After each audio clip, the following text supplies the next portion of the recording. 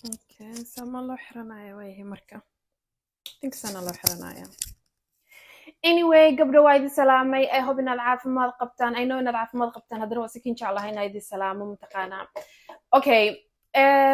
Su'aalahan inta ma dhamaanayaan way soo noqonayaan waana idin fahmi karaa waxa idin ku fahmi karaan waxa waaye mataqaanaa wax waa la jeclaadaa nin waa la jeclaadaa nin waa la aroosaa nin waa la nacaa nin wuu ku furaa qalbiga wuu kaa jabaa because videoga ugu dambeeya hadda mataqaanaa soo geli isbuucii hore gabadha waxay iisoo qortay qoraalkaas oo ahaa abay macaanto ninkii maanta ii furay maxaa sameeya I think haddana qaldanin kelmadaas saas inay aheeda umalaynaya haddii kalena adiga wax saas lamida lay ahayd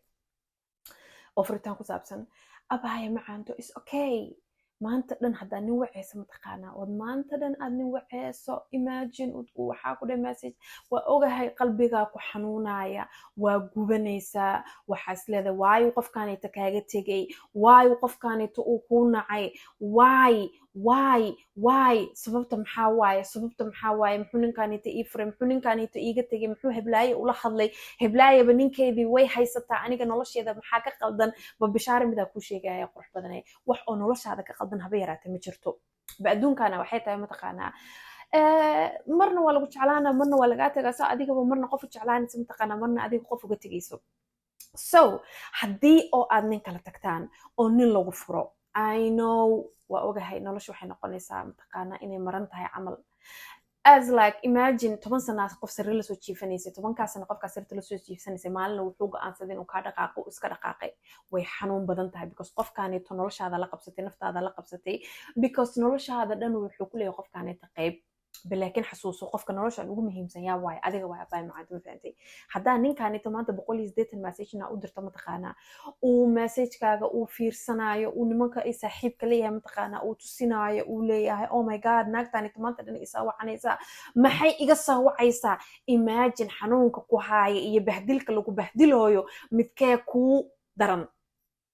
bahdilka lagu bahdilaya kuu daran sax so dhammaantan dad waa la wada jeclaadaa balaakiin waa inaad is adkayso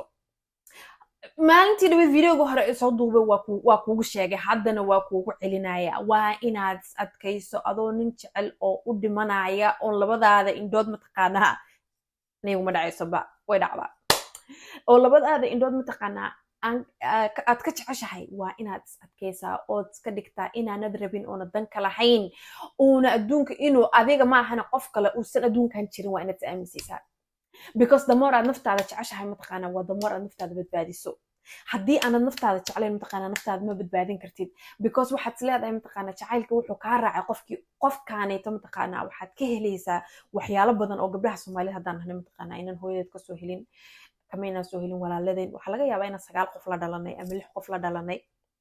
6 qof eed la dhalatay waxaa laga yaabaa mataqaanaa inuusan jirin hal qof oo yaraantaada naxariis ku tusiyey ama uu anigu dhacday ama uu mataqaanaa ku naxariisan jiray ama uu mataqaanaa ku taageeri jiray uusan ku jirin so markan aad nin la kulanto ama aad shukaansataan ama aad aroostaan waxaad ninkaanito aad qalbigaaga aad u siinaysaa waxa waaye mataqaanaa waxaad u malaynaysaa inuu kaaga naxariis badan yahay noloshii aad ku soo kortay iyo dadkii aad la soo kortay yes taad aaminaysaa taa waaye waxaad is leedahay oh my god qofkaanito saan buu iigu naxariisanaa hooyaday xataa saan iguma naxariisan walaashii saan iguma naxariisan wax ka naxariis badan ma lahan waxaad ogaata mataqaanaa waxaas oo dhan uu kuu sheegayo sababta uu kugu sheegaya waxaa waaye saacadaasayto xiisaha jira iyo rabitaanka uu kuu rabo waaye because hadduu beritole naag kale u arka mataqaanaa intuu adiga shalay kuu sheegayay uu ayadana beritole u sheegaya mogtahay so adiga marka lagaa maqan yahay ee lagaa mashquulsan yahay naag kalaa lagu mashquulsan yahay bay macanto so always haddaa ninka tagto haddii oo lagu furo haddii oo mataqaanaa guur inaad rabto guurka uu ku hagaagi waayo haddii aad ilmo rabto oo ilmahaasita mataqaanaa ku heli weyso always hadalka dadku ku dhibaya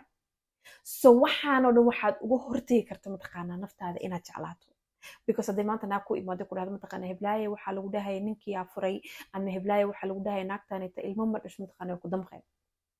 the reason ay ku damqaysaa because waxaa ku muhiima mataqaanaa dadka kale siday ku arkaan anaga dhammaanteena saasa kusoo kornay waxaan kusoo kornay mataqaanaa nafteena intaynaan ixtiraamin nafteena inaynaan jeclayn waxyaalaha aynaan nafteena u qabanaynin inaan u qabano bini aadanka kale gabdhaha soomaalida saasa kusoo koreen I don't know about you but saasa kusoo koray ma fahantay بمركن أنا كده هاي متقنا نفط هذا إن تشعلات أو تكده في بناء آذن ككلام متقنا وحي كأمسيهين نفط هذا شعيل كأذو قبته وحي كابد بعدين يسوي حيال حاسيته imagine ما أنت وتفرح سنته هاي نفط هذا واتش هاي always نفط هذا وحدو شكته هاي وحكستو أي كاشيغان قف أو كيا قانا ملهن قف ككلية نفط هذا تقنا أذيك واي so ما دام أد مال إنك استمتقنا تحسي تنفط هذا وشكته وحد آمنيسا od aaminaysa mataqaana jacaylka mataqaana marar badan marka dhaan naftaada jeclo gabdhaha ii maadana waxa dhaan see nafteeda u jeclaanaya simple ma kuu sharixi karaysa naftaada u jeclaanaysid oo videogaanito wuxuu noqonayaa 100 saacadood laakiin waxyaalaha yariis oo fudud ku sheegaya for example subaxii markaa soo kacdid muraayada hor istaagaysa waxaa leedahay qurux badan adiga naagan hini ma jirto waxa ay ka aaminsan yihiin muhiim maahan waxa muhiim ah waxaad adigu aaminsan tahay wax kasta oo ay ka sheegaan waxaad ogaataa qof kasta wajigiisa 2 san 1 san iyo 2 indhood iyo afka ku yaala bini aadanka afkooga ma control kartid indhohoogana ma control kartid ba waxa aad control kartaa waxa waaye dareenkaaga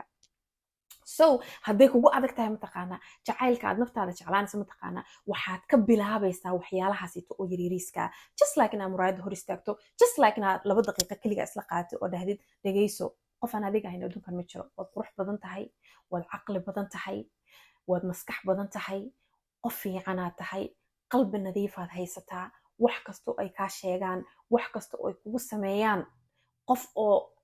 oo ku kasaaya oo heblaayada saxda kasaaya on aniga ahayn haba yaraatay ma jirto dadkan inta aqoon ima laha laakiin anaha qalbigeyga kasaaya anaha is aqaano qofka ahay anaha is aqaano inaan sanbeenalay ahayn anaha is aqaano inaan qof qalbi fiican anaha is aqaano inaan ahay naa qurux badan anaha is aqaano naagahan ee cunaaya dhan in ay nimankan cunaaya dhan inaan ka sharaf badanahay